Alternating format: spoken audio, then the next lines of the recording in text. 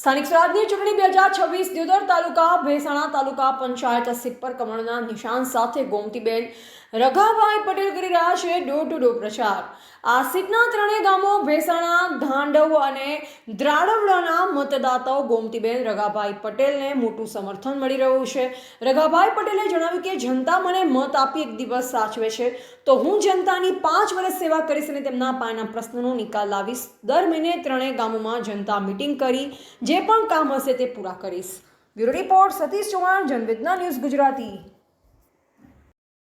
આજે ભેસાણા તાલુકા પંચાયતમાં જે ચૂંટણી ચાલી રહી છે એમાં ઉમેદવારી નોંધાવી છે એ ત્રણેય ગામ ભેસાણા, ધાંડવ અને દ્રાડવના તમામ મતદારોએ એમની અપેક્ષાઓ પૂરી કરવા માટે અને એમને સાથ સહકારમાં કાયમી રહેવા માટે એમના બહુ જુસ્સાથી મને જે સમર્થન મળી રહ્યું છે। મારો 7 દિવસથી પ્રવાસ છે, એ પ્રવાસની અંદર બધા લોકો ઉત્સાહિત થઈ અને મને સમર્થન આપી રહ્યા છે। એ બદલ પહેલો તો હું આમ તમામ મતદારોનો ખૂબ ખૂબ આભાર વ્યક્ત કરું છું અને વિજય થયા પછી દરેક મતદારના છેવાડાના માનવી સુધીનો જે એમનો આર્થિક વિકાસ માટે એમની મદદ કરવા માટે રોડ, રસ્તા, પાણી, જન સુવિધા માટેનો કાયમી 5 વર્ષ એમના માટે હું તત્પર રહેવા માટે એમને વચન આપું છું।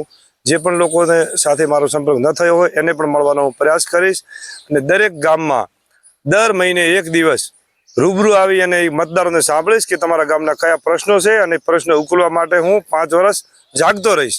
એ માટે તમામ મતદારોને મારી અપીલ છે કે 26મી તારીખે એક દિવસ જાગતા રહી અને જંગી બહુમતીથી જીતાડો। તમે એક દિવસ જાગતા રહેશો, હું 5 વર્ષ જાગતો રહીશ એવું હું વચન આપું છું।